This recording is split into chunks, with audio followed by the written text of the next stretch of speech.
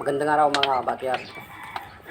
Magluluto tayo ngayon ng sinabawang native na manok sa tanglad. Ayan. Naglagay na ako ng mantika sa kawali.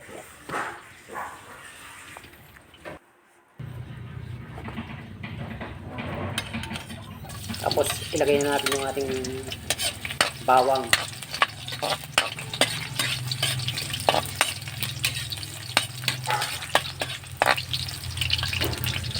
Tapos yung ating sibuyas.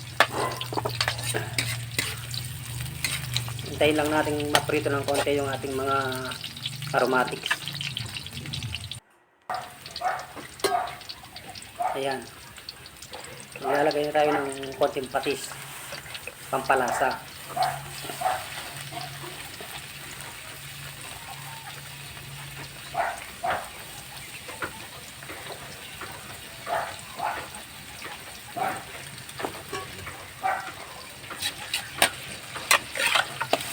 Tapos yung ating native na manok.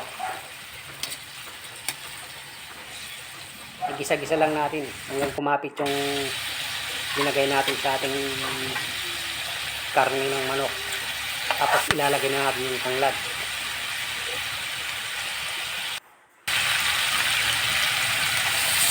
Ilalagay tayo ng konting tubig. Papalambutin natin yung ating manok.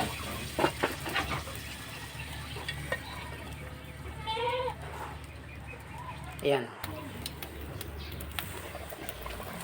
After ng mahigit kalahating oras, ayan na siya.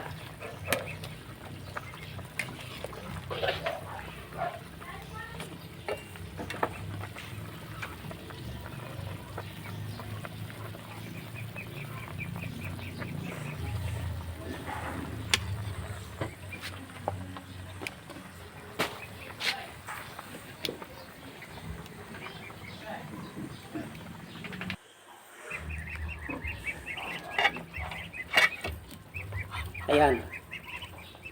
Luto na po ang ating native na manok na sinabawan sa tanglad.